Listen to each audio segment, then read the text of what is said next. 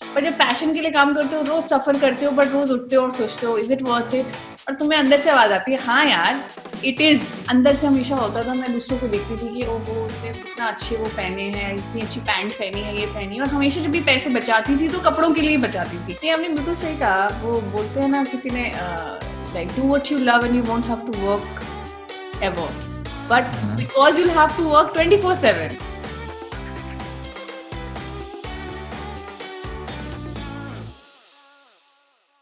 So, hey guys, this is boy अमन अग्रवाल और आज के वीडियो में हमारे साथ एक नई गेस्ट आई है जो कि है डॉली सिंह। आज यार हम समझ रहे होंगे, जान रहे होंगे डॉली की जर्नी कि किस प्रकार से उन्होंने यार एक स्मॉल टाउन से अपनी जर्नी स्टार्ट करी, कैसे आज वो एक फैशन ब्लॉगर हैं और किस प्रकार से आज वो स्किट बनाती हैं और उनके लाइफ के गोल क्या हैं। अगर आप में से यार वो व्यक्ति है जिसको फैशन की फील्ड में जाना है या फिर ऐसा कंटेंट क्रिएट करना है जो कि थोड़ा एंटरटेनिंग हो, आप नेक्स्ट डॉली सिंह बनना चाहते हो या उनसे कुछ लाइफ की इनसाइट्स आज हम जान रहे होंगे। तो सबसे पहले हाय डॉली, कैसे हैं आप?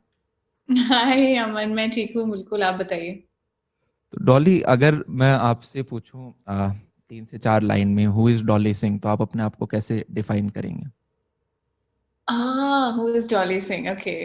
Dolly Singh is a very socially awkward, shy entertainer. तो कैमरे के सामने सब निकल आता है और कैमरे के पीछे एक अलग ही दुनिया होती है मेरी। ये बहुत ज्यादा रिलेटेबल, मेरे को ऐसा लगता है काफी सारे क्रिएटर्स के साथ मैंने ये सेम चीज देखी है। इनफैक्ट आप वैसे रियल लाइफ में अपने बहुत इंट्रोवर्ट होते हो, पर क्योंकि आप कैमरा पे आप एज अ क्रिएटर आपने शुरुआत की होती है, इनिशियल वीडियोस में हम शाय होते हैं, विद टाइम जैसे ही कैमरा आता है ओके मोड टू ऑन आपका स्टार्ट हो जाता है। आई थिंक आप काफी क्रिएटर्स ऑब्जर्व करके कंटेंट बनाते हैं, तो इंट्रोवर्ट्स को एक वो एडवांटेज मिल जाता है क्योंकि वो जिंदगी में ऑब्जर्व ही कर रहे होते हैं पूरे टाइम, कभी किसी को, कभी किसी को, कभी किसी चीज को। तो उन ऑब्जर्वेशन से ही आपको कंटेंट निकल आता है। तो कैमरे के सामने आप कुछ और बन जाते हो और कैमरे के पीछे आप कोई और इंसान होते हो। बचपन में आप बिलोंग कहाँ से करते हैं, जैसे कहाँ से करते हो, वहां से मैं कुछ चीजें उठाना चाहूंगा। मैं एक्चुअली नैनीताल से हूँ। बचपन में पैदा हुई थी अलीगढ़ में, जहाँ से मेरे मम्मी पापा हैं। तो 2-3 साल गांव में रही, आई थिंक 2 साल, एंड देन थोड़ा टाइम चंडीगढ़ में, और फिर नैनीताल आके अपनी पढ़ाई शुरू करी थी। तो तब से नैनीताल। पेरेंट्स का ऐसा कुछ था बचपन में कि भाई हमें अपनी बेटी को कुछ इंजीनियर, डॉक्टर या कोई पर्टिकुलर प्रोफेशन में लेके जाना है? हाँ, आई मीन अगर मिडिल क्लास पेरेंट्स हैं और ऐसा नहीं सोचते हैं तो कैसे मिडिल क्लास पेरेंट्स हैं। तो इंजीनियर डॉक्टर तो फुल फुल था। क्योंकि मैं लड़की हूँ तो डॉक्टर वाला ज्यादा था, चलो कुछ नहीं तो फिर इंजीनियर ही बन जाओ। और सैड बात ये भी थी कि मैं क्लास में भी ठीक ठाक थी पढ़ाई में, तो फर्स्ट सेकंड आ जाती थी, तो एक उनका एक लेवल ऑफ एक्सपेक्टेशन भी काफी हाई था। अगर मैं कहीं एवरेज पे होती शायद तो सोचते कि ठीक है कोशिश करो, चलो बट अगर नंबर ही अच्छे आ रहे हैं और नंबर तुम्हारे साथ दे रहे हैं तो फिर पेरेंट्स तो बोलेंगे ही ना कि अब तुम्हें इतना अच्छा कर रही हो पढ़ाई में तो जाओ बनो डॉक्टर। तो तो वो हमेशा से 11th-12th क्लास में फिर हमने नीट वगैरह की कोचिंग कर रहे थे हम। नहीं नहीं नहीं। सो 10th जब मैंने दिया तो आई थिंक मेरे कुछ 89 या ऐसे आए थे परसेंटेज। पर मेरे नंबर सब में अच्छे आए थे, साइंस में भी 94, मैथ्स में 96, सोशल स्टडीज में एक्चुअली मेरे कम थे, 88 शायद कुछ थे। और मेरे पापा बड़े गर्व से ही वाज लाइक कि जाओ, कल बेसिकली जैसे नेक्स्ट डे मुझे स्कूल जाना था अपना स्ट्रीम चूज करने के लिए।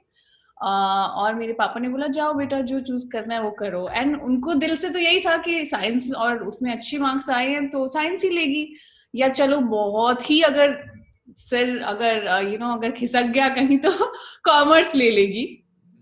और मैं गई और मैं सोशल साइंस आर्ट्स लेके घर आ गई थी, और तब से मेरे पापा का क्या दिल टूटा था।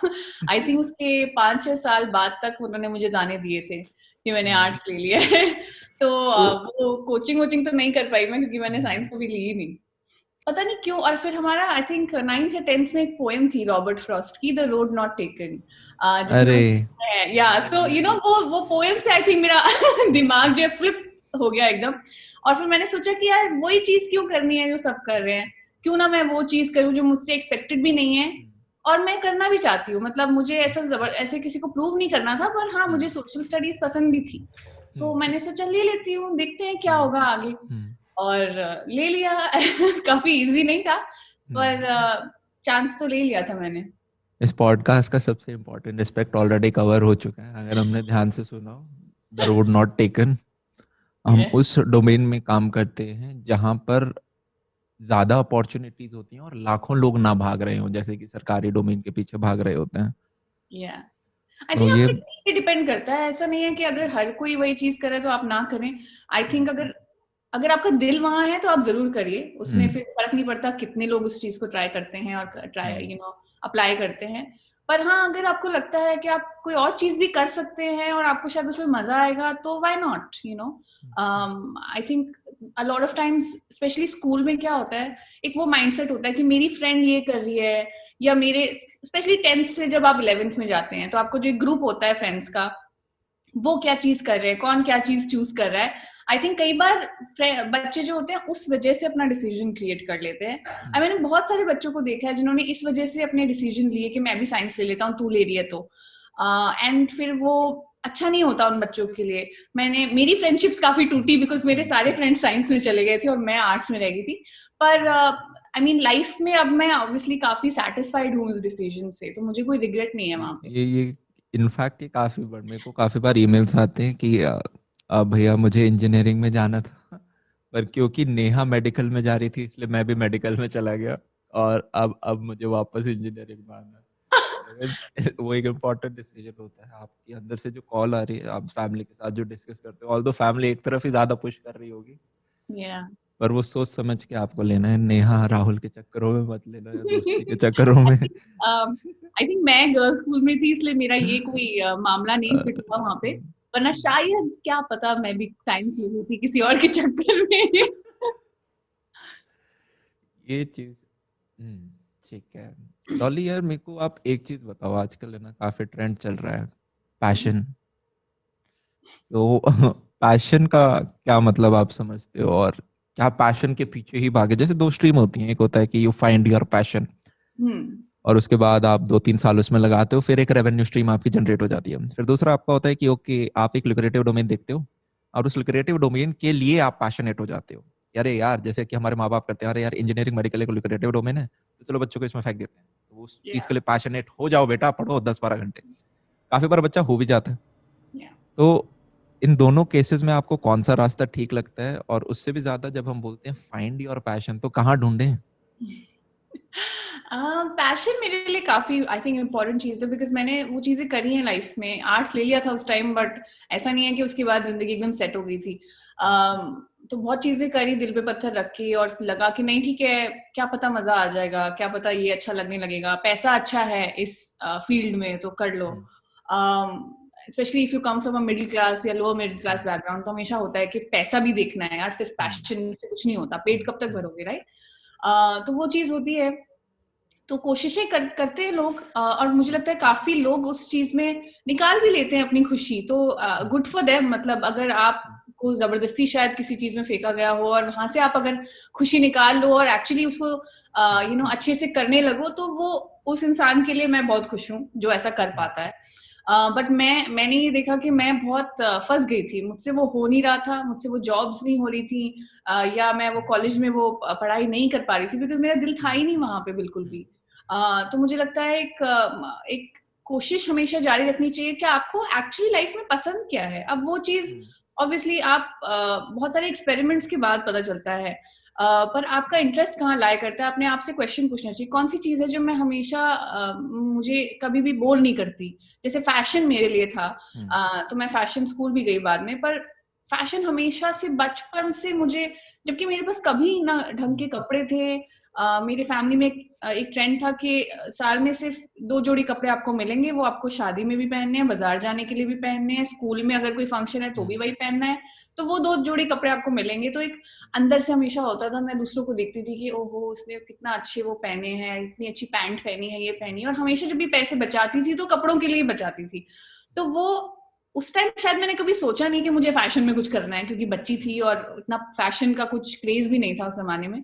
पर जब आप बड़े होते हो तो आप थोड़ा थोड़ा करके ना ये चीजें साथ में रखने लगते हो और सोचते हो, ओ हाँ, एक्चुअली मैं हमेशा से फैशन में इंटरेस्टेड रही हूँ, ये मैंने पहले क्यों नहीं सोचा। या कई बार आपको कोई नई चीज ऐसी दिखती है, मैंने देखा अभी जैसे आपने कोई पॉटरी मेकिंग क्लास ली है, आप गए हो ऐसे मजे मजे के लिए चले गए हो दोस्तों के साथ, पर सडनली आपको लगा कि अरे इसमें तो काफी मजा आ रहा है, क्यों ना मैं इसको दोबारा करूं। तो आई थिंक पैशन ढूंढना या पैशन का मिल जाना एक बहुत ही कोइंसिडेंटल चीज होती है। मुझे लगता है कि कभी भी ऐसा नहीं सोचना चाहिए, मतलब ऐसा जरूरी नहीं है कि आप 18 के हुए और आपको आपका पैशन पता होगा। आई थिंक आजकल बच्चे ऑब्वियसली काफी स्मार्ट हैं, तो उनको जनरली एक आइडिया होता है कि उनको ये चीज पसंद है, वो चीज पसंद है। आजकल इन्फॉर्मेशन इतनी है हर चीज के बारे में, इंटरनेट है, तो वो थोड़ा इजी हो गया है। बट अगर आप थोड़े बड़े भी हो गए हो या आपके साथ के पियर्स फ्रेंड्स सबको समझ आ गया है कि उनको लाइफ में क्या करना है और आपको नहीं आ पा रहा है कि आपका पैशन कहाँ है, तो आई डोंट थिंक उससे डीमोटिवेट होने की जरूरत है। आई थिंक आप वो करो तब तक जब जो आपको ठीक ठाक लगता है, आप उसको कंटिन्यू करो। मुझे लगता है लोगों को, काफी लोगों को पैशन मिलता है जब वो 40 साल के हो जाते हैं, 50 साल के हो जाते हैं, अचानक से उनको लगता है ओहो ये तो बड़ा अच्छी चीज है, और वो सब छोड़ के एक्चुअली फिर से रीस्टार्ट करते हैं। तो उस चीज से घबराइए मत। पर हाँ, बस ये है कि कोई भी चीज जो आप कर रहे हैं लाइफ में, मैंने ये रो के सीखा है कि अगर आपको बहुत ही सैड कर रहा है, रोज आप वापस आते हैं उस काम से या उस कॉलेज से और आपको कुछ नहीं बस रोना आता है तो प्लीज मत करो, कोशिश करो ढूंढने की कुछ ऐसा जो एटलीस्ट काम चलाने के लिए खुशी दे दे। बट हाँ, ये जो पैशन ढूंढो कहाँ है, ये आई थिंक आजकल बहुत प्रेशर भी हो गया है कि तुम्हारा पैशन कहाँ लाए करता है। ठीक है यार, कई बार देर से समझ आता है कि पैशन कहाँ लाए करता है, कई बार तुमने वो चीजें देखी नहीं होती लाइफ में। अब अगर गोल्फ किसी का पैशन है पर गरीबी में पैदा हुआ है, तो वो तो बाद में ही समझ में आएगा ना, जब पैसा हो जाएगा और गोल्फ खेलेगा कि गोल्फ मेरा पैशन है। तो आई थिंक टाइम भी देना चाहिए थोड़ा खुद को। इसमें डॉली, मैं चाहता हूँ कि आप एक कमेंट करें जो अभी मैं चीज़ बोलूँगा, और उसमें आप क्या चीज़ ऐड करना चाहोगे। जैसे कि मैंने काफ़ी लोगों को स्टडी करा और हमने एक छोटा सा कल सेमिनार भी लिया था, उसमें मैंने ये चीज़ बच्चों के साथ शेयर करी थी। जैसे हमारे फ्रीडम फाइटर्स थे फॉर एग्जांपल, राइट, वो चलो अपनी फ्रीडम के लड़ रहे थे, पर साथ में वो पूरी सोसाइटी, कम्युनिटी, देश की फ्रीडम के लिए लड़ रहे थे। आप जेल में जा रहे हो, आप हंगर स्ट्राइक कर रहे हो, उसमें कोई फन नहीं आ रहा, उसमें कोई मजा नहीं आ रहा, पर फिर भी आप उस चीज के लिए पैशनेट होते हो। काफी सारे लोग हैं एनजीओ चला रहे हैं, काफी सारे लोग हैं जो कि फ्री में पढ़ा रहे हैं, काफी सारे लोग हैं जो कि बाकी तरह का कंट्रीब्यूशन कर रहे हैं, अपनी इनकम का कुछ 20% 25% चैरिटी में देते हैं।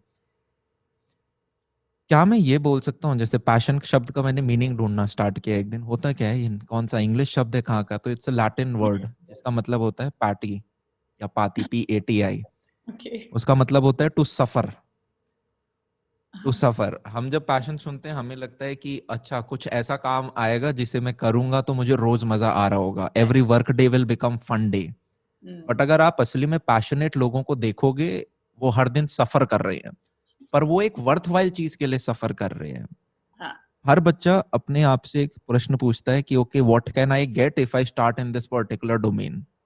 आई guess the question should be what I can offer to the world, what pain in a particular market और इन अ पर्टिकुलर डोमेन, या फिर एक ग्रुप ऑफ लोगों का मैं हटा सकता हूं।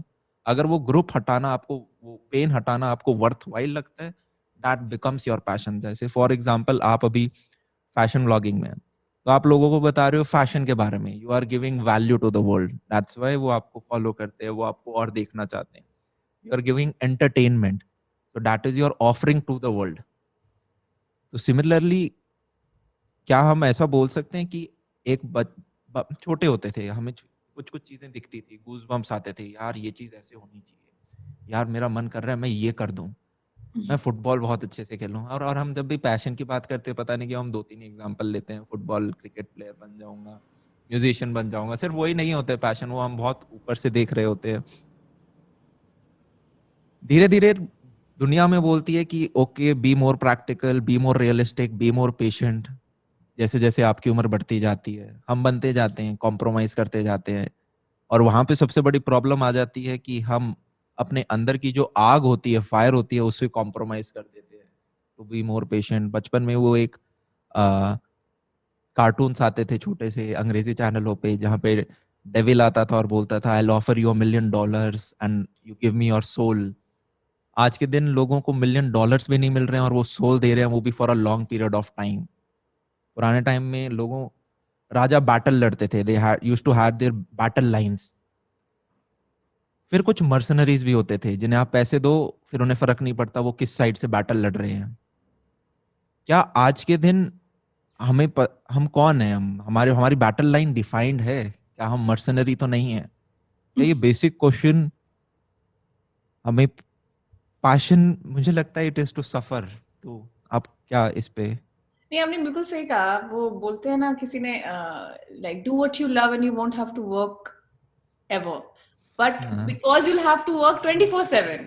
हाँ तो हाँ जब आप अपने दिल का एक्चुअली काम करने लगते हो, जब वो काम करने लगते हो जो आपको एक्चुअली अंदर से अच्छा लगता है, तो ऐसा मतलब वो स्टार्टिंग में लगता है कि हाँ, अरे बड़ा मजा आ रहा है, मुझे वो करने को मिल रहा है जो मुझे करने का मन था। पर उसका मतलब ये भी हो जाता है कि आप इतने बड़े वर्कोहॉलिक बन जाते हो और आपकी कोई सीमा नहीं रहती काम की, और आप हमेशा काम के ही बारे में सोचते रहते हो क्योंकि आपको उससे प्यार भी है, आपको अच्छा लगता है।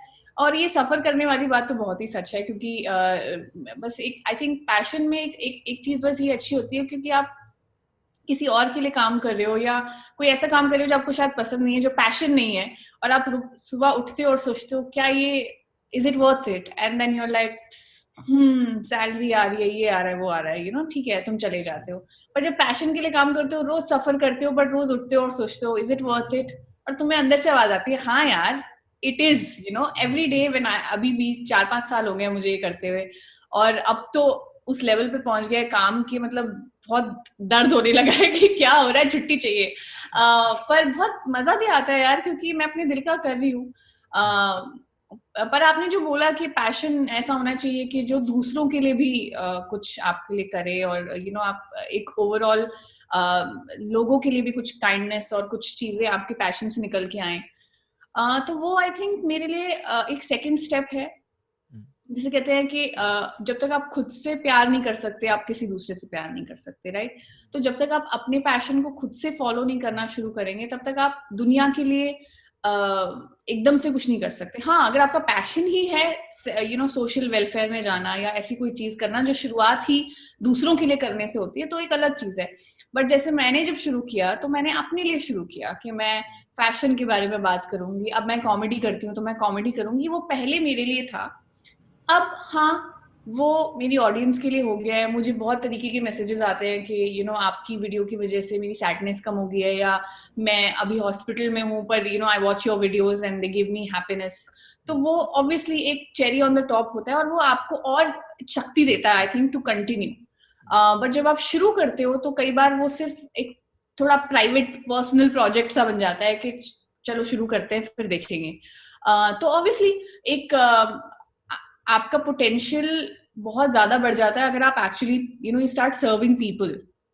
लाइक आपने फ्रीडम फाइटर्स का वो दिया था, उसमें कोई खुशी, मतलब उसमें कोई हाँ, किसी को वो तो मिल नहीं रही है कि किसी को पैसा मिल रहा है या किसी को, इट्स जस्ट आजादी के लिए लड़ रहे हैं और दूसरों के अपने देशवासियों के लिए लड़ रहे हैं। तो आई थिंक वो भी एक फीलिंग है to have. And when I say खुशी मिलनी चाहिए, उसका मतलब ये नहीं है कि आपके बत्ती सी बाहर आनी चाहिए, उसका मतलब एक दिल में एक पीस मिलना चाहिए कि ये करके मुझे अच्छा लग रहा है, कि मुझे यही करना है। दैट माय डे चाहे वाज वो वर्थ इट। चाहे वो मैं अपने लिए कर रहा हूँ या अपनी माँ के लिए कर रहा हूँ या अपने देश के लिए कर रहा हूँ, बट मुझे अच्छा लग रहा है। तो मेरे लिए आई थिंक वो एक सेल्फ वाला बहुत जरूरी है, क्योंकि कई बार लोग क्या होते हैं ना, दूसरों के लिए शुरू करते हैं करना, पर अपने आप को खो देते हैं, और वो भी सही नहीं है, क्योंकि वो फिर ज्यादा नहीं चल पाता। तो आई थिंक पहले आप अपने लिए कुछ करो, and not saying in a selfish way. पहले आप खुद को जानो, खुद को यू नो देखो क्या कर सकते हो, एंड जब तुम उसमें सेटल हो जाओगे तो फिर तुम सोचो कि अच्छा अब मुझे ये चीज आती है, अब मैं इसको दूसरों के बेनिफिट के लिए कैसे अप्लाई करूं, कैसे मैं कोशिश, या तो आप चाहे कितने मनी माइंडेड हो, आप चाहे बिजनेस शुरू किया हो, पैसे बना रहे हो, तो आप चैरिटी शुरू कर दो। तो आई थिंक एक वो बैलेंस बहुत जरूरी है।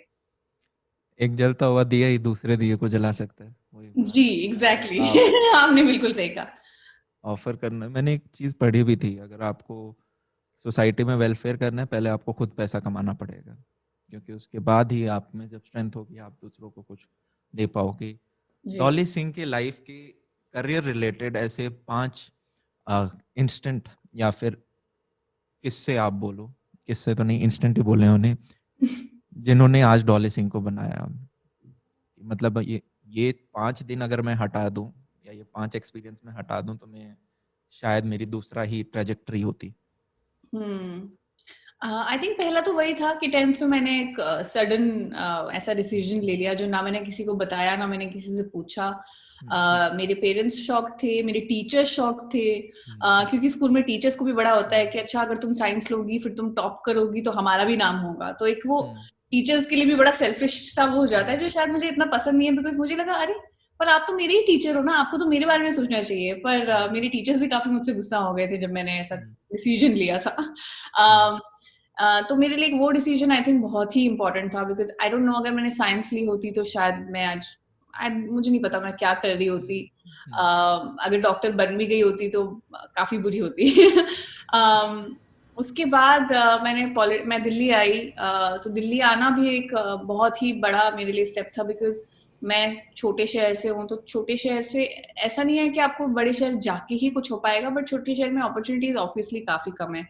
तो दिल्ली आना और दिल्ली आने के लिए जो मैंने लड़ाई की है घर में वो मेरा जीत पाना बहुत डिफिकल्ट था और बहुत इम्पोर्टेंट भी था। बिकॉज अगर वो शायद नहीं हो पाता, जैसे मेरे पापा ने मुझे बोलना शुरू कर दिया था कि नहीं नहीं अभी मत जाओ, तुमने वैसे ही आर्ट्स लिया है तो तुम अभी से जाके क्या करोगी, दिल्ली में जाके क्या करोगी। डिसीजन हमने कब लिया था? कॉलेज के बाद किस दिल्ली आने का पहले? हाँ, तो मतलब मैंने देखा कि जब 12th हो रहा है तो मैं एक्चुअली ऐसे बैकग्राउंड से आती हूँ जहाँ मैं उस टाइम पे अपने भाई बहनों में, कजिन्स में, सब में सबसे ज्यादा पढ़ी लिखी थी। इंग्लिश मीडियम में थी, 12th कर रही थी। पर मेरी फैमिली में ऐसा कोई नहीं था जो मुझे हेल्प कर सके, बता सके कि इसके बाद तुम्हें ये करना चाहिए। तो मुझे एक्चुअली कुछ पता ही नहीं था कि मुझे क्या करना है। और मैं देख रही हूँ अपने चारों तरफ बच्चे प्रिपरेशंस कर रहे हैं एग्जाम्स की और अप्लाई कर रहे हैं अलग अलग कॉलेजेस में, और मुझे बिल्कुल आइडिया नहीं था। तो मुझे जो लास्ट आइडिया जो मैं एकदम सो के उठी हूँ मतलब वो मिला था दिल्ली यूनिवर्सिटी का। बिकॉज वहां पे बस कट ऑफ का सिस्टम था और आप आओ और अपना मार्क्स दिखाओ और फॉर्म भरो और हो जाएगा। तो बस एक वही बचा था। तो मेरे को लगा ठीक है दिल्ली जाना पड़ेगा अब। पर मेरे माँ बाप राजी नहीं थे उस मामले, स्पेशली मेरे फादर। उनको तो वैसे ही दुख था कि मैंने आर्ट्स ले लिया। तो उन्होंने आर्ट्स पढ़ने के लिए क्या दिल्ली जाना है, हमारे पास इतना पैसा भी नहीं है, तो तुम यहीं बैठो। तो आई थिंक वो उनको मनाना बहुत ही उस समय इम्पोर्टेंट था, क्योंकि अगर वो शायद उस समय नहीं मानते तो मुझे नहीं पता अगेन कि मैं कहाँ होती, क्या कर रही होती। तो वो दिल्ली आना बहुत जरूरी था। उसके बाद मैंने 3 साल पॉलिटिकल साइंस पढ़ा जो मुझे बहुत पसंद था। पर मैंने वो इसलिए भी किया था क्योंकि मुझे अपने माँ बाप का, अपने टीचर्स का मुंह बंद करना था। और मैंने बोल दिया था कि मेरे को सिविल्स की तैयारी करनी है, इसलिए कर रही हूँ मैं। बिकॉज मुझे उनके क्वेश्चंस के आंसर्स पता भी नहीं थे। जब वो मुझसे पूछते थे कि अगर सिविल्स नहीं करना है आर्ट्स लेके तो करना क्या है, मुझे लगता था कि मुझे नहीं पता मुझे करना क्या है। पर वही जैसे मैंने कहा कि पैशन मेरा क्या था मुझे नहीं पता था। बस इतना था कि हाँ मुझे जाना है, मैं देख लूंगी। तो पॉलिटिकल साइंस पढ़ा 3 साल। उसके बाद मैंने एमबीए की तैयारी करी, कैट की कोचिंग ली 1 साल गैप लेके। और कैट की कोचिंग से आके, जैसा मैं बोल रही थी, मैं रोज आके रोती थी। क्योंकि स्कूल में हमेशा फर्स्ट आती थी, सेकंड आती थी, हाथ हमेशा खड़ा होता था। वहां कोचिंग लेते समय पहली बार ऐसा लगा कि ओ शिट, मैं तो बहुत बड़ी फेलियर हूँ, मुझे कुछ नहीं आता, सबके हाथ खड़े और मेरा हाथ नीचे है। तो बहुत बड़ी वो फीलिंग थी और आदत नहीं थी शायद फेलियर की। तो वो भी जैसे जैसे रो रो के किया, पर मेरे माँ बाप ने फिर बोल ही दिया आखिर के तुम्हारी हालत जो है खराब है, तुम अब वो करो जो तुम्हें करने का मन है, अब तुम हमारी तरफ से प्रेशर मत लो प्लीज। तो आई थिंक पेरेंट्स भी एक टाइम के बाद समझ ही जाते हैं कि बच्चे का दिल नहीं है वहां पे, और कब तक वो अपने बच्चे को टॉर्चर करेंगे ना। तो फिर मैंने फैशन में जाने का डिसीजन लिया। फिर मैं निफ्ट गई, मैंने अपने मास्टर्स किए। तो एक तीसरा वो डिसीजन मेरा काफी इंपॉर्टेंट था कि मैं फैशन में गई। ऑल्दो जो 1 हफ्ता कॉलेज जाने के बाद ही मुझे पता चल गया था कि ये भी मुझे नहीं करना है। तो आप समझो कि इतना टाइम मतलब मैंने जो है वेस्ट कर दिया। पॉलिटिकल साइंस पढ़ लिया, कैट की कोचिंग कर ली 1 साल, फिर इधर आ गई हूँ 2 साल का कोर्स है, और मैं सोच रही हूँ शिट निफ्ट का डिसीजन पेरेंट्स ने सपोर्ट किया था? सपोर्ट ही कहूंगी, हाँ, एक तरीके से, मतलब चुप्पी थी। जिन बच्चों को नहीं पता नेफ्ट क्या है, तो आपके फैशन के लिए ये टॉप इंस्टीट्यूट्स होते हैं अगर आपको पढ़ना होता है तो इंडिया के अंदर। हाँ, तो उन्होंने बस एक चुप्पी रखी हुई थी क्योंकि उनको पता था कि बाकी तो मुझसे हो नहीं पा रहा है। तो ना उन्होंने बहुत ऐसा कोई सपोर्ट किया कि हाँ हाँ करो, क्योंकि उनको शायद आइडिया भी नहीं था कि निफ्ट में क्या होता है क्या नहीं होता। बस मैंने उनको ये बोल दिया था क्योंकि मेरा मास्टर्स का कोर्स था और हमको ये बताया गया था कि ये फैशन में एमबीए है। तो मैंने भी अपने पेरेंट्स को यही कह के चुप कराया कि ये फैशन में एमबीए है, पर एमबीए है तो आपको एमबीए मिल रहा है अभी भी। पर वहां पे भी जैसे मैंने कहा, एक हफ्ते में ही जाके मुझे पता चल गया था कि ये मुझे नहीं करना है। फैशन नहीं बड़े था। सारे प्रोजेक्ट्स, हाँ प्रोजेक्ट्स करने थे, एक्सेल शीट्स बनानी होती थी, वो सारी चीजें मुझे अभी भी एक्सेल शीट सोच के डर लग जाता है। तो जब मेरी पहली इंटर्नशिप थी, तो मैं यहीं पे गुड़गांव में एक किसी बाइंग हाउस में काम कर रही थी, और रोज मैंने वहां देखा कि ऐसे छोटे छोटे क्यूबिकल्स होते हैं और सबका कंप्यूटर सिस्टम है, मेरे पीछे मेरा बॉस बैठता था, और सब काम कर रहे हैं पूरा दिन। ठीक है, मतलब पैसा बहुत अच्छा था, मुझे उस इंटर्नशिप के आई थिंक 15,000 रुपए मिले थे महीने के, जो एक बहुत बड़ी बात है फॉर एन इंटर्नशिप। उस टाइम पे आई थिंक 5-7 हजार ही लोग देते थे या 0 देते थे। फ्री की इंटर्नशिप भी तो कोई चीज होती है। तो 15,000 मिल रहा था, तो मैं सोचती थी कि हाँ यार पैसा अच्छा है इस फील्ड में, यही करो डॉली, लाइक अपना दिमाग यहीं पे फोकस करो और इसी को करो। तो मैं करती रही वो 2 महीना, पर अगेन मैं बहुत ही सैड थी। मैं रोज सुबह जब उठती थी तो मुझे मन करता था कि मुझे नहीं जाना है, पर जाना पड़ता था तो गई। पर वो 2 महीने की इंटर्नशिप करके मैंने सोच लिया कि नहीं यार, ये मैं जिंदगी भर नहीं कर सकती। ये एक्सेल शीट बनाना और एक क्यूबिकल में बैठना, जो लोग कर पाते हैं, जिन लोगों का ये पैशन है, ऑफ कोर्स उनके लिए बहुत अच्छी बात है। पर मुझे तभी पता चल गया था कि मुझे ऐसा कुछ चाहिए जहां मैं हमेशा इधर से उधर कुछ ना कुछ करती रहूंगी, मैं एक जगह बैठ नहीं सकती। तो जब मेरी सेकंड इंटर्नशिप थी, जो हमारा एक पूरा सेमेस्टर का प्रोजेक्ट होता है, बहुत कॉलेजेस में होता है, तो तब उन्होंने, मेरे टीचर्स ने बोला अब तुम्हें कहाँ करना है। तो मैंने बोला कि मुझे जो है स्टाइलिंग करनी है। मुझे तब भी बहुत लेट पता चला कि मुझे करना क्या है, और मैंने बोला मुझे स्टाइलिंग करनी है। वो बोलते हैं हम तो तुमको स्टाइलिंग पढ़ा भी नहीं रहे हैं, स्टाइलिंग क्या होता है, तुम क्या पागल हो, तुम्हें मार्क्स नहीं देंगे फिर हम। पर उस टाइम आई थिंक मैंने बस डिसाइड कर लिया था कि मुझे वो चीज करनी ही नहीं है जिसमें मेरा दिल नहीं है। मैं थोड़ी आई थिंक ढीठ भी बन गई थी उस टाइम तक, क्योंकि मैं काफी रो चुकी थी और मुझे लगा कि अब मैं किसी और के लिए नहीं, सिर्फ अपने लिए करूंगी जो भी मुझे करना है। तो फिर मैंने आईडीवा में स्टाइलिंग की इंटर्नशिप करी, लिखना शुरू किया। वहां पे हम आर्टिकल्स लिखते थे काफी, जो कि अगेन लिखना भी हमको नहीं सिखा रहे थे कॉलेज में। तो मैं बेसिकली वो इंटर्नशिप करी थी जो मैंने कॉलेज में बिल्कुल जिस बारे में ना सीखा है ना पढ़ा है। तो मेरे टीचर्स फिर से ये वाले प्रोफेसर्स भी गुस्से में थे कि भाई तुम ये क्या कर रहे हो, और मेरे मार्क्स भी अच्छे नहीं आए थे। पर ये एक डिसीजन था जो बहुत आई थिंक मैंने ले लिया, बस मैंने ज्यादा सोचा नहीं, और मैंने सोचा कि ठीक है यार, मेरे को खुशी मिल रही है ना, बस ठीक है। अब चाहे मेरे दोस्त जो भी बोले, चाहे मेरे टीचर्स जो भी बोले, चाहे मेरे मार्क्स जैसे भी आए, मेरे पिछले सेमेस्टर्स के मार्क्स ठीक हैं, तो शायद मैं पास तो हो ही जाऊंगी। तो मैं पास हो गई, और फिर वहीं से आईडीवा से मुझे जॉब की प्रपोजल मिल गया था, ऑफर मिल गया था। और उन्होंने मुझे काफी कम पैसे थे, और काफी बुरा भी लग रहा था, क्योंकि यहाँ मेरे कॉलेज के बच्चे हैं जो जिनको 60-70 हजार रुपए शुरुआत मिल रही है, क्योंकि ऑब्वियसली मास्टर्स किया है आपने तो उतनी शुरुआत तो मिल ही जाती है अच्छी से अच्छी, मतलब अच्छी कंपनीज में। और यहाँ आईडीवा था जो मुझे आई थिंक 25,000 रुपए ऑफर कर रहा था। तो एक कंपैरिजन जब आप करते हो कि ओ शिट यार, मेरे क्लास के बच्चे इतना इतना कमा रहे हैं और मैं कुछ मिस तो नहीं कर दिया। हाँ, तो वो एक जो मैंने डिसीजन लिया था, मैंने पहले तो उनको मना कर दिया, नहीं हो पाएगा, बिकॉज ठीक है पैशन वगैरह एक साइड है, पर मैं आती तो एक छोटे बैकग्राउंड से ही हूँ ना। मेरे माँ बाप ने, मैंने निफ्ट का जो एजुकेशन था वो खुद लोन लेके लिया था, और अपनी बिल यहाँ पे खुद पे कर रही हूँ, अपनी रेंट पे कर रही हूँ, माँ बाप के साथ तो नहीं रहती हूँ। और एक शर्म भी थी कि यार मास्टर्स करने के बाद अगर जॉब में भी अगर आप मम्मी पापा से पैसे ले रहे हो तो सही नहीं है। तो फिर एक वो भी था कि, तो फिर मैंने उनको बोला नहीं मुझे नहीं करना। और फिर मैंने प्लेसमेंट के लिए बैठी, एक जॉब मुझे मिली भी, वो मुझे 42 आई थिंक ऑफर कर रहे थे इन हैंड। तो मेरे लिए बेसिकली लास्ट एक आई थिंक ये फाइनल मेरा 5th डिसीजन है जो मुझे लेना था, कि आईडीवा है और इधर एक दूसरी कंपनी है जो 42 दे रही है, ये 25 दे रही है। अब आपको चूज करना है आपको क्या करना है। यहाँ आपका दिल है, यहाँ पे सारे लोग आपको बड़े पसंद है, यहाँ का काम आपको बड़ा पसंद है, यहाँ आपका नई टेरिटरी, आपको पता नहीं क्या होगा, पर पैसे बहुत अच्छे हैं। तो आपका लोन निकल जाएगा, आपका रेंट निकल जाएगा, आपका बिजली का बिल निकल जाएगा, आपका सब निकल जाएगा।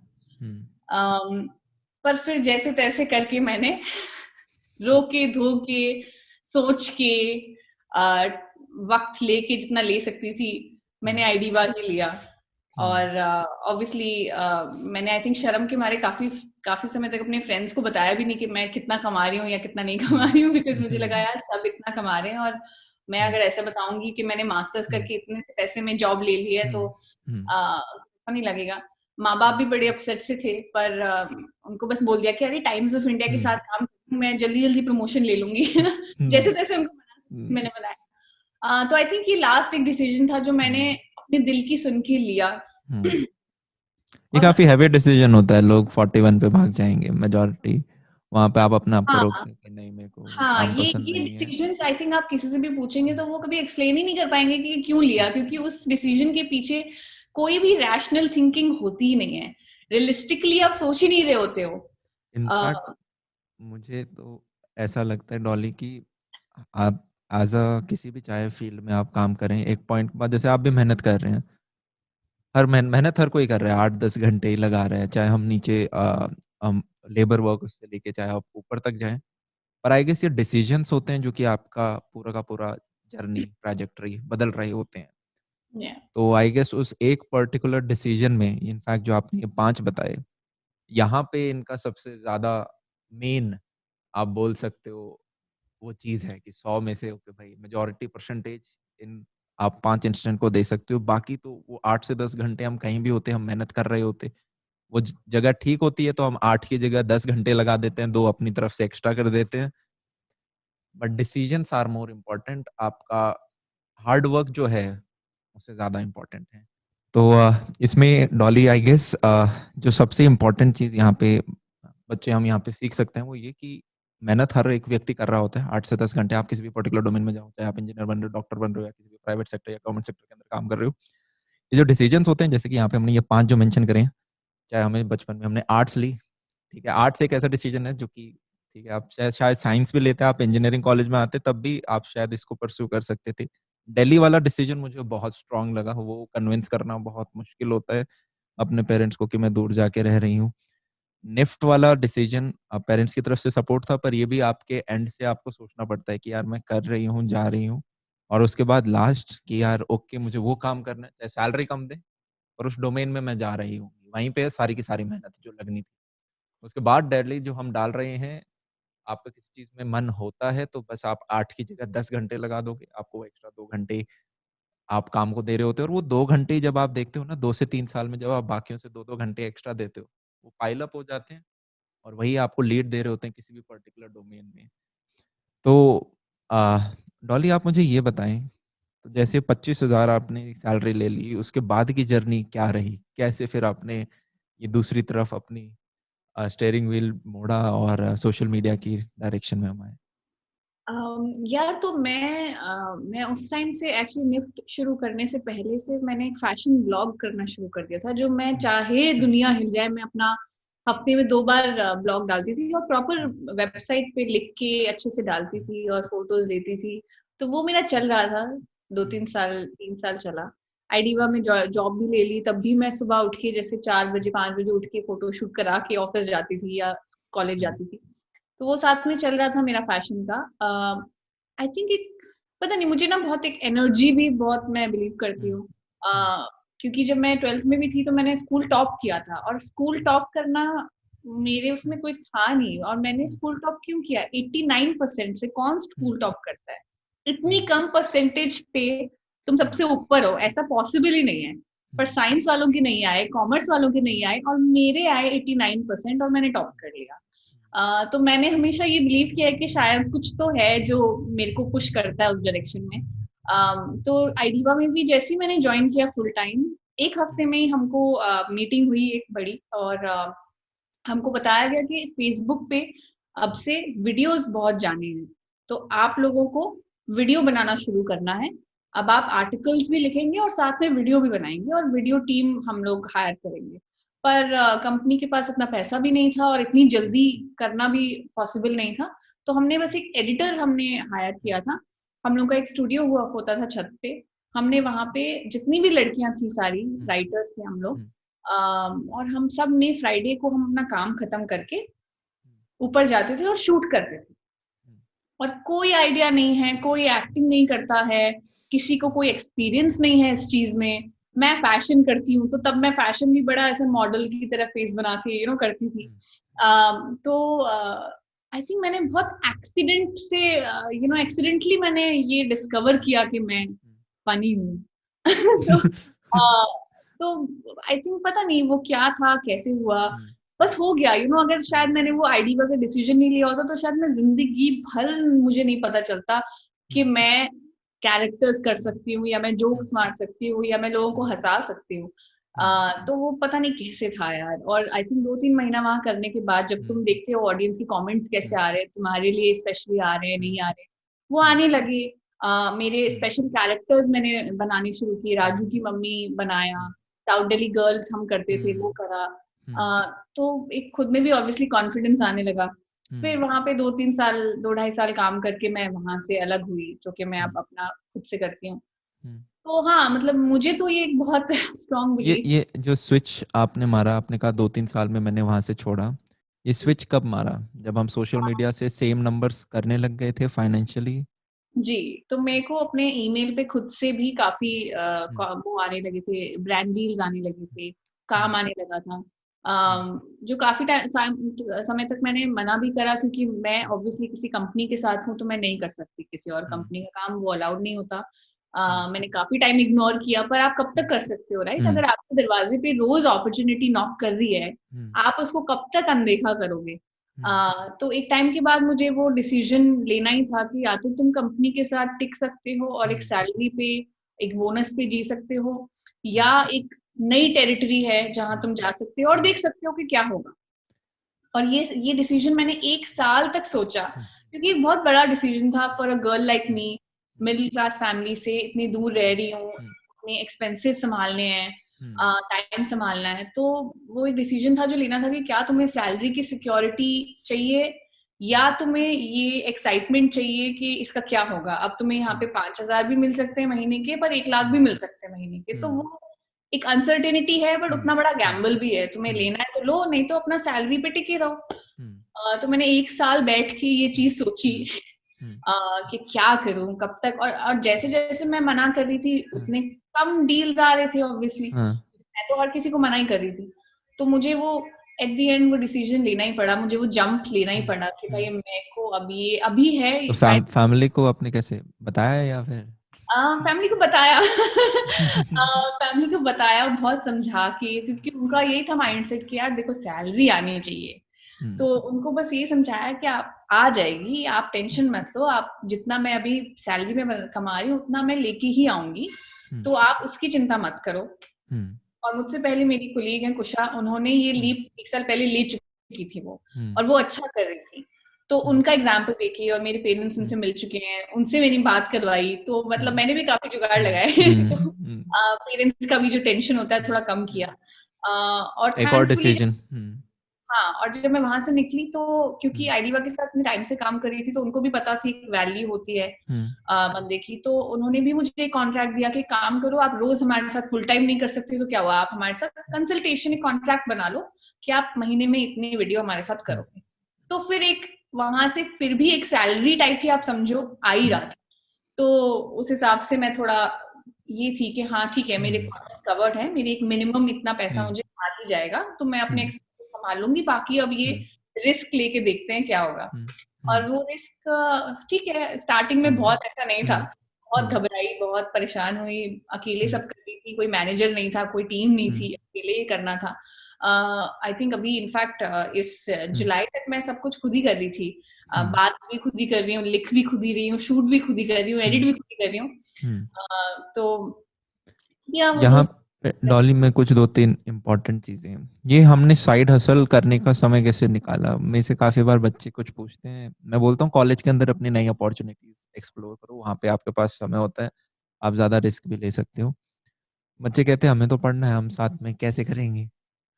तो आप इस चीज के लिए साइड हसल में कैसे, क्या दिन के 2 घंटे आपने फिक्स कर रखे थे, 4 घंटे, या बस जितने दें ऑफिस के बाद जो बच गया, या वीकेंड्स? मतलब मेरा मेरा मेरा बहुत मन होता था वो फैशन ब्लॉग करने का, मतलब वो बहुत अंदर से निकलता था कि चाहे मुझे इससे पैसा आए या ना आए, उसको मैंने कभी बिजनेस के तरीके से सोचा नहीं, उसको मैंने बस अपने दिल का एक हॉबी की तरह से सोचा कि चलो मुझे बस करना है। तो मैं वो करती थी और मुझे याद है मेरा 8 बजे या 8:30 बजे लेक्चर होता था सुबह फर्स्ट, और मैं सुबह 5 बजे उठ के तैयार होके फोटोशूट करा के भागती थी और तैयार होके पहुंचती थी कॉलेज में, जिसका मेरे टीचर्स बड़ा मजाक भी उड़ाते थे कि तुम सुबह सुबह इतनी तैयार होके कहाँ से आई हो या लेट घुसती थी क्लास में कई बार। पर आई थिंक ये आपको खुद से डिसीजन लेना होता है। कुछ बच्चे सिर्फ पढ़ाई पे ध्यान देते हैं और उनके लिए वो भी बहुत अच्छा है क्योंकि उनका फोकस ही वही है। मैं ऐसी थी कि मुझे एक चीज नहीं 3 चीज करनी है साथ में। तो आई थिंक वो आपकी पर्सनैलिटी पे भी बहुत डिपेंड करता है। मैं हूँ थोड़ी ऐसी, मतलब मुझे हर चीज में हाथ डाल के ट्राई करना है कि कैसा मजा आ रहा है, किधर क्या अच्छा लग रहा है। पर मेरी क्लास में भी काफी बच्चे थे जो सिर्फ पढ़ाई पे ध्यान देते थे, प्रोजेक्ट्स पे ध्यान देते थे और आज बहुत अच्छा कर रहे हैं अपनी लाइफ में। तो आई थिंक ऐसे जबरदस्ती भी नहीं सोचना चाहिए। आई थिंक आजकल बच्चे बहुत करते हैं कि मैं ये इंटर्नशिप भी कर लूं और मैं इधर भी असिस्टेंट जॉब ले लूं या मैं इधर भी पार्ट टाइम जॉब कर लूं। आई थिंक एक प्रेशर काफी बिल्ड हो गया है, ऐसा जरूरी भी नहीं है करना। यहाँ पे एक इम्पॉर्टेंट चीज थी, अगर आप नोटिस करोगे, सबसे पहले लगभग 3 साल आपने ब्लॉगिंग करी है, आप वो चीज़ लिखते रहते थे, फिर उसमें हमें आज सच कुछ पैसा नहीं मिल रहा था, हम बस कर रहे थे क्योंकि हमें वो चीज़ अच्छी लग रही थी। उसके बाद हमने 2 साल जॉब जब कर रहे थे, तब भी हम जब कंटेंट डाल रहे हैं तो शुरुआत के सालों में तो कुछ भी नहीं होता है, सोशल मीडिया का एडसेंस ऑलमोस्ट नेग्लिजिबल होता है। तो यहाँ पर आपका हमारा main source of motivation, top priority money नहीं था यार, टॉप प्रायोरिटी थी क्योंकि वो चीज़ करनी थी, मन था अंदर से करने का, वैल्यू एडिशन लग रहा था। कमेंट सेक्शन में जैसे आपने बताया, आपको लोगों ने कहा कि यार ये चीज़ तो अच्छी लगी, ये आपने बढ़िया किया, तो आपको वो वर्थ फाइल लगी। जैसे छोटे बच्चे को बचपन में हम बोलते हैं, कुछ होते हैं म्यूजिक में अच्छे होते हैं, कुछ होते हैं डांस में अच्छे होते हैं, कुछ होते हैं जो भाई स्पोर्ट्स में अच्छे हैं, स्पोर्ट्स वाला बच्चे समझ पाएंगे। तो वो 2-3 रेस मारते हैं बच्चे आपस में ही, पकड़म पकड़ाई में, ये तेज भाग रहा है, तो उस बच्चे के अंदर से आ जाता है यार मैं स्पोर्ट्स में अच्छा हूँ। तो कल को फुटबॉल भी होता है तो वो पहले ही मान लेता है फुटबॉल तो मेरे को अच्छे से आता ही है, और उस चीज के लिए वो पैशनेट हो जाता है। पैशन के लिए भी आपको थोड़ा सा डीप डाइव करना पड़ता है, आप ऊपर से सरफेस से ऐसे देख के नहीं बता सकते, आपको थोड़ा सा गहराई में जाना होता है। तो कभी भी पैसे को देख के नहीं यार, पैसे को आप अपना प्रायोरिटी रखें, पर second number, third number, fourth number पे, इनफैक्ट थर्ड फोर्थ नंबर पे रखो, फर्स्ट सेकंड होना चाहिए कि मेरे को ये करना क्यों है, is it a worth while cause. तो आज डॉली सिंह, आप खुश हो अपने जो भी चीज आप कर रहे हो, और अब तो यूं सोचते हो कि अच्छा यार वो कहाँ 25, अब तो मैं बहुत बेटर कर सकती हूँ। और आपके फ्यूचर गोल्स क्या हैं, क्या इसी डायरेक्शन में आपको जाना है, आपने कुछ फ्यूचर गोल्स बनाए हैं, या फिर अभी आप यूं कि यार गो विद द फ्लो, जो हर दिन कर रहे हैं, every day is important and वो पाइल अप होके कुछ अच्छी चीज बनेगी। यार एक बात आपने बहुत अच्छी की कि पैशन हम्म, सिर्फ सोचने से कुछ नहीं होता, आपको मेहनत तो करनी ही पड़ती है चाहे आप हम्म, जिस भी फील्ड में जाओ। हम्म, मैं आजकल देखती हूँ बहुत सारे बच्चे मुझे मैसेज हम्म, करते हैं कि हमने अभी अभी ब्लॉगिंग शुरू किया है या कंटेंट हम्म, बनाना शुरू किया है, हमें हम्म, व्यूज नहीं आ रहे हैं। हम्म, हमें ब्रांड कैसे चाहिए मिलेगा, कोलैबोरेट हम्म, कैसे करें। अरे हम्म, मतलब उनका जो बेसिकली एक शुरुआत का फोकस पॉइंट ही बहुत गलत है। हाँ, इसलिए कि उनको मजा आ रहा है या वो कर सकते हैं, वो इसलिए कर हम्म, रहे हैं कि वो देख रहे हैं सब कर रहे हैं तो हम भी करते हम्म। हैं। मेरे वो से एक एक चीज पूछते हैं बच्चे, भैया how to become a millionaire at 22। मैं कहा क्वेश्चन ही गलत पूछा, बहुत बहुत गलत क्वेश्चन पूछा है। आप पहले ये देखो, आप what can you offer to the world. अगर जो आप ऑफर कर रहे हो इट इज वर्थ $1 million, तो आप कमा लोगे वर्थ $1 million, ये आपको देखना है। तो आप कॉज के एग्जैक्ट पीछे भागो एंड इवेंचुअली नंबर्स अपने आप आ रहे होंगे। एंड डॉली, मेरे को यार एक चीज और बताओ, ठीक है नंबर्स आर गुड, जैसे मैंने कॉलेज में स्टार्ट किया था, 12th का एग्जाम देते ही अपना सोशल मीडिया प्लेटफॉर्म। तो शुरुआत के 1 साल कुछ मोनेटाइजेशन नहीं था, फिर मम्मी ने कहा क्या, टिकटॉक की तरह देखती थी मम्मी से, क्या कर रहे हो, चाहे मैं पढ़ाई का ही बोल रहा हूँ। मैंने एडसेंस ऑन किया उस टाइम, तो दिन के ऐसे दिखते थे आपको पुराने टाइम में गूगल एनालिटिक्स में, 10 रुपए कमाए आज, 15 रुपए कमाए आज, 25 रुपए कमाए, तो कैंटीन में बैठ के लगता था आज ये चाय मेरी पक्की है। हैप्पीनेस होती थी। फिर आपका वो नंबर 500 पहुंचता है पर डे टाइप, सॉरी हाँ पर डे टाइप, तो खुशी होती थी, अरे 500 रुपए तो ट्यूशन टीचर को मैं देता था, आज मैंने 500 रुपए कमा लिए, वाह। फिर हमने बाकी स्टूडियो वगैरह बनाने स्टार्ट किए, हमने 6 फिगर टच करे, आप लाख पे पहुंचते हो, अच्छा लगता है लाख।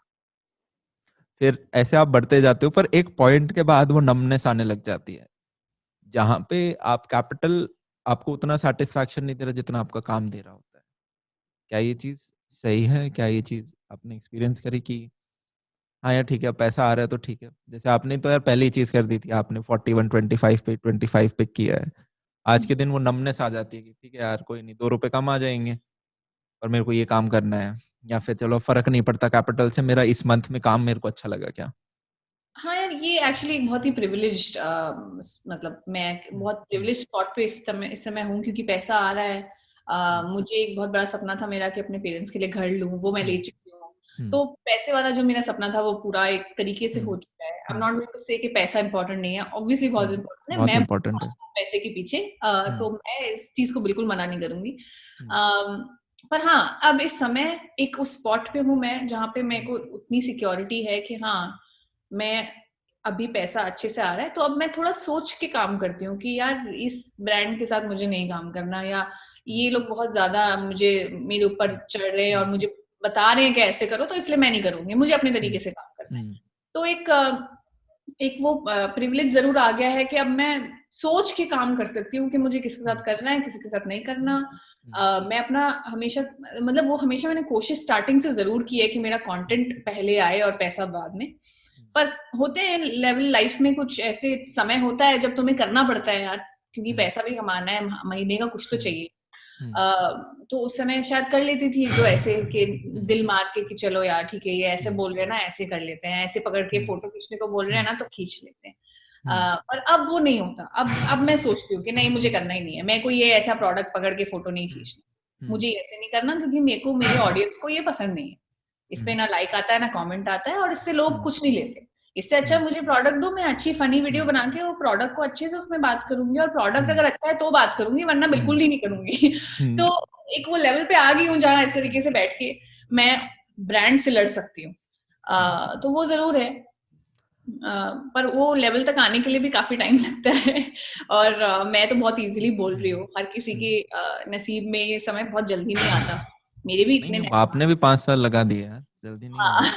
पर हुआ। वो लोगों को नहीं दिखता ना यार। सोशल मीडिया का सबसे बड़ा प्रॉब्लम ये है कि सोशल मीडिया पे आपको एक अगर मैगजीन का उन्होंने पेज, आपको मिलियन पे देखा है तो वो आपको मिलियन पे ही माना है उन्होंने आपको, वो नहीं है हाँ, का 5। वो एक आई थिंक अगर हमारी, हम छोटी जनरेशन है, उनके लिए एक बहुत बड़ा फ्लॉ हो गया है, क्योंकि वो बेचारे देख ही नहीं पाते हैं और कुछ, उनको बस वो नंबर्स दिखते हैं, या वो पैसा दिखता है, या वो कपड़े दिखते हैं। उनको उसके पीछे क्या हुआ, उतने पीछे साल क्या हुआ, मेरा बचपन कैसा गया, वो नहीं दिखता। और वो उनकी गलती नहीं है, ये मिस्टेक भी नहीं है। हमारी हम भी देखते हैं तो हम ऐसे ही देखते हैं सीधा। हम भी ऐसे ही देखते हैं। हम भी सोचते हैं अरे इसके साथ ऐसा हो रहा है, बड़ा, इसकी लाइफ तो बड़ी सेट होगी। पर ऐसे किसी की लाइफ सेट नहीं होती है, सबकी प्रॉब्लम्स होते हैं। तो एक आई थिंक वो थोड़ा ध्यान से, मतलब सोच के चलना चाहिए कि ठीक है, और हमेशा अपने आप को खुद, मतलब मुझे लगता है सबसे बड़ा तो इशू यही है कि बच्चे खुद खुद को ही कंपेयर करते रहते हैं हर किसी से। अरे इंस्टाग्राम पे इसका इतना हो गया, मैंने भी तभी शुरू किया था, इसने भी तभी शुरू किया था, इसका वायरल कैसे हुआ, मेरा कैसे नहीं हुआ। या जॉब भी हो, अगर आप जॉब भी ली है, कोई भी कॉर्पोरेट जॉब है, गवर्नमेंट जॉब है, कैसे भी है, आपको लगता है इसको ज्यादा पैसे मिल रहे हैं, मुझे क्यों नहीं मिल रहे। तो ये कंपैरिजन तो हमेशा चलता ही रहता है, और सोशल मीडिया पे तो कुछ ज्यादा ही है। डॉली सिंह के लाइफ का सबसे बड़ा फेलियर स्लैश एक्सपीरियंस। सबसे बड़ा फेलियर, यार मैं आपको सच बताऊं तो मैंने जैसा आपको बोला था, वो आई थिंक वो कैट वाला सीन मेरा काफी बड़ा फेलियर था।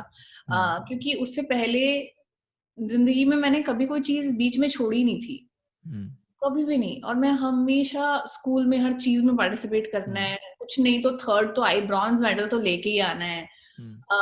तो आई थिंक ये भी एक बहुत गलत चीज हो जाती है, यू नो, कि बच्चा कभी फेल ही नहीं हुआ है, तो जब एक फेलियर आता है लाइफ में, और वो अगर आप सोचें देख के, तो मैंने ऐसे कोई ऐसे कुछ बहुत बड़ी बात नहीं हुई थी, जिंदगी नहीं खराब हुई है ना। पर मेरे लिए वो इतनी बड़ी बात हो गई थी, क्योंकि मैं हुई ही नहीं कभी फेल। तो मेरे वहां से एंजाइटी शुरू हुई, पैनिक अटैक शुरू हो गए, मेंटली मैं बहुत वो हो गई थी। तो आई थिंक वो एक बहुत बड़ा फेलियर था। अभी भी मेरे को आदत नहीं है टू बी ऑनेस्ट फेलियर की। मैं बहुत ज्यादा कंपेरेटिव हूँ लाइफ में, क्योंकि अगेन अच्छी बात नहीं है, क्योंकि मैं भी अपने आप को बहुत कंपेयर करती हूँ लोगों से कि अरे इसने मुझसे ज्यादा कर लिया। और in not in a bad way, मुझे उस इंसान से कोई प्रॉब्लम नहीं होगा, मुझे खुद से प्रॉब्लम होगा कि मैं क्यों नहीं कर रही हूँ, मैं क्यों पीछे बैठी हुई हूँ, मैं क्यों सुबह उठ के जल्दी से काम नहीं शुरू करती। जिस दिन मैं अगर छुट्टी ले लेती हूँ तो मुझे लगता है अरे पूरा दिन वेस्ट कर दिया तुमने। तो ये भी एक बहुत ही बुरी चीज है। आई थिंक खुद के लिए इट्स लाइक खुद को ही मार रहे हो तुम। तुम या आई थिंक वो एक फेलियर था जो वहां से आई थिंक शुरू हुआ था, और आज भी वो लाइफ का काफी बुरा एक ब्लैक स्पॉट है मेरी लाइफ में। उसके बाद से जब भी कोई ऐसा फेलियर हुआ है, और काफी हुआ है, ऐसा नहीं है कि बिल्कुल नहीं हुआ, तो मैं फेलियर को अच्छे से नहीं ले पाती हूँ यार। मैं बहुत पढ़ती हूँ इस बारे में और आई थिंक फेलियर होना बहुत इंपॉर्टेंट है लाइफ में, just to humble you, just to make you realise कि हर चीज आसानी से नहीं मिलती। पर मेरे को हुआ नहीं है उस तरीके से, तो मैं आज भी अगर किसी चीज में अच्छा नहीं करती हूँ ना, जैसे कहीं शूट कर रही हूँ या मैंने डायलॉग अच्छे से नहीं बोला या वो डायरेक्टर मुझसे खुश नहीं है, तो मैं उस चीज को बहुत ज्यादा दिल पे ले लेती हूँ, जो कि सही। उससे क्या होता है कि मेरी उसके बाद की परफॉर्मेंस भी गंदी होती है तो मुझे वो लेना बंद करना पड़ेगा, वो मैं सीख रही हूँ हल्के हल्के। आज के दिन डॉली सिंह की लाइफ का एक डे कैसा होता है, एक टिपिकल डे अगर हम देखें कि इस टाइम हम सुबह उठ रहे होते हैं, फिर कुछ शूट वगैरह है, फिर कुछ ब्लॉग वगैरह है, किस प्रकार से एक बच्चा इमेजिन करे उस चीज को बिहाइंड द अगर सीन्स? मेरे लाइफ का नॉर्मल जो डे होता है, वो आजकल मैं ड्राइविंग सीख रही हूँ, तो मैं सुबह उठ के ड्राइविंग क्लास के लिए जाती हूँ फिर वहां से आके जो भी मैंने लिखा होता है, शूट करना होता है, अपना अपना कैरेक्टर मेकअप किया, नहाया धोया, मेकअप किया, जो भी इसमें तो तैयार। बहुत समय लगता होगा ना, मैं जब कभी सोचता हूँ वहाँ पे कैरेक्टर पूरा मेकअप यार करो। मुझे अब नहीं लगता, क्योंकि मुझे इतना टाइम हो गया करते करते, और मैंने ये भी नोटिस किया है कि लोगों को ग्लैम उससे चीजों से फर्क नहीं पड़ता, उनको कंटेंट दिखना चाहिए। तो भले ही मैं 4 घंटा लगा के मेकअप करूं और बहुत ऐसी दिखूं, या मैं बस एक सिंदूर बिंदी लगा के लिपस्टिक लगा के आ जाऊं, उनको ज्यादा फर्क पड़ेगा कि मैं क्या बोल रही हूँ, मेरा बोल डायलॉग रहे हो। क्या है। और उससे तो मैं उतना टाइम वेस्ट नहीं करती, उसमें पहले बहुत करती थी तो मैं आधा एक घंटे में अपना तैयार हो जाती हूँ, आधा घंटा भी नहीं लगता मुझे, कई बार 15 मिनट में तैयार होके आ जाती हूँ। डायलॉग मतलब अपने शूट करती हूँ, कई शूट लंबे होते हैं जिनमें 4-5 कैरेक्टर्स होते हैं कई बार, तो हर कैरेक्टर करो। और मैं आज भी एक्चुअली शूट वगैरह खुद ही करती हूँ, लिखती खुद ही हूँ, शूट खुद ही करती हूँ, एडिट भी खुद ही करती हूँ, तो थोड़ा टाइम लगता है मुझे, मैं थोड़ी स्लो हूँ। और मुझे एक चीज ये भी गलत है कि मैं अभी भी मुझे आदत नहीं हुई है कि अपने अंडर किसी टीम को रख लो और काम डेलीगेट करवाओ। मुझे आज भी खुद से काम करने की आदत है, वो भी वो बहुत एक बुरी। वाइब आती है कि मैं ही बेहतर करूंगी और अगला पता नहीं हाँ, वो समझेगा। होती है काफी लोगों की प्रॉब्लम कि नहीं मैं ही कर लेती हूँ यार।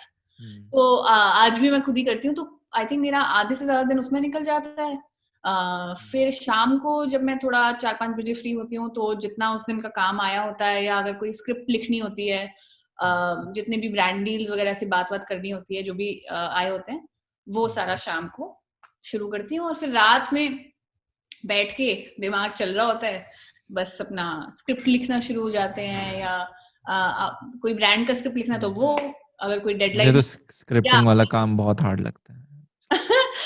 यार हार्ड तो है, मतलब आई थिंक अब मैं भी उसमें पहुंच गई हूँ कि कई बार मुझे पहले मुझे आधा घंटा भी नहीं लगता था स्क्रिप्ट लिखने में, कुछ भी आ जाता था।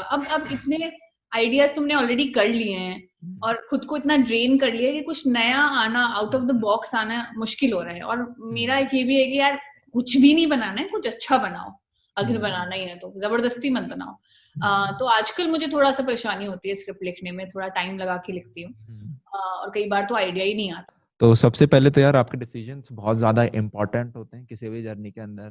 5 मेजर डिसीजंस डॉली ने हमें आज बताए थे। वो 10th क्लास में दिल्ली आने का डिसीजन, उसके बाद आपका निफ्ट में मास्टर्स करने का डिसीजन, उसके बाद वो 25,000 की सैलरी लेने का डिसीजन। फिर आपको एक चीज और ध्यान रखनी होती है कि आप हमेशा पैसे को टॉप प्रायोरिटी पे नहीं रखते हो। इनका इंटरेस्ट था, इन्हें ब्लॉग करना बहुत अच्छा लगता था, तो विदाउट पैसे भी ये हफ्ते में 2 ब्लॉग डालती थी। 3 साल वहां पे जॉब के साथ इन्होंने साथ साथ में काम निकाला। इन्हें एक ऐसे डोमेन में गई जहाँ पे पैसे कम थे, मन लग रहा था, वहां पे कोइंसिडेंटली एक ऐसी चीज दिखी कि यार हम वीडियो कंटेंट बना सकते हैं। कमेंट सेक्शन में किसी ने कहा अरे यार ये तो बड़ा मजा आया, ये तो वर्थ इट लग रहा है, इन्हें भी वर्थ इट लगा। तो इन्होंने अपना खुद का सोशल मीडिया स्टार्ट किया। उसको तब तक ग्रो किया जब तक कि सेम फाइनेंसेस जो उन्हें जॉब से मिलते थे वो उन्होंने अचीव नहीं किए। उसके बाद टोटल 100% उस डायरेक्शन में दिया, और अब आई गेस कोई पीछे देखने की जरूरत है नहीं, और अब ये एंजॉय भी कर रहे हैं जो ये कर रहे हैं। ग्रेट। और शायद आने वाले कुछ टाइम में आपकी एक छोटी एक टीम भी होगी खुद की, तो वहां पे ये सिर्फ खुद को एम्पावर नहीं कर रही है, ये अब जॉब सीख नहीं कर रही है, ये जॉब क्रिएट कर रहे हैं, राइट। और उसी डायरेक्शन में हमें यार जाना होगा, राइट? सरकार के पीछे नहीं पड़ सकते हम कि यार जॉब और दो। बहुत सारी अपॉर्चुनिटीज हैं, स्पेशली इस डिजिटल रेवोल्यूशन के दौरान हर साल आपकी 1% नई जॉब्स आ रही हैं, ठीक है? वही सेम एग्जांपल, आज से 10 साल पहले एंड्रॉइड डेवलपर नहीं चाहिए थे, आज चाहिए। पहले influencer marketing, digital marketing, social media, ये कुछ नहीं होता था, आज सब कुछ नए डोमेन है। तो डेफिनेटली इन्हें ज़रूर ट्राई मारो। तो इसी के साथ यार आज का वीडियो समाप्त करते हैं। आई होप आपको काफ़ी सारी चीज़ें सीखने को मिली होंगी। तब तक के लिए चलते हैं। सी या, have a good day. And Dolly Singh, please thank you हमारा ये न्योता एक्सेप्ट करने के लिए, आज बच्चों को समय देने के लिए। काफ़ी सारी चीज़ें वो सीखे हैं, काफ़ी ज़्यादा पॉजिटिव वाइब है आपके अंदर से। वही हर बच्चा आई गेस रिलेट कर पा रहा होगा।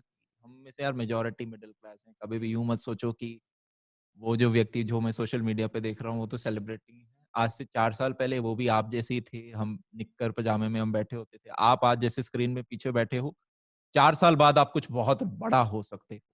जो भी आपका सपना है उसे 10 या 100 से मल्टीप्लाई करो, उसके बारे में ड्रीम करो एंड कंसिस्टेंटली उस डायरेक्शन में काम करना शुरू करें। चीज़ें ठीक हो रही होंगी। तब तक के लिए bye bye, take care, find your worthwhile cause.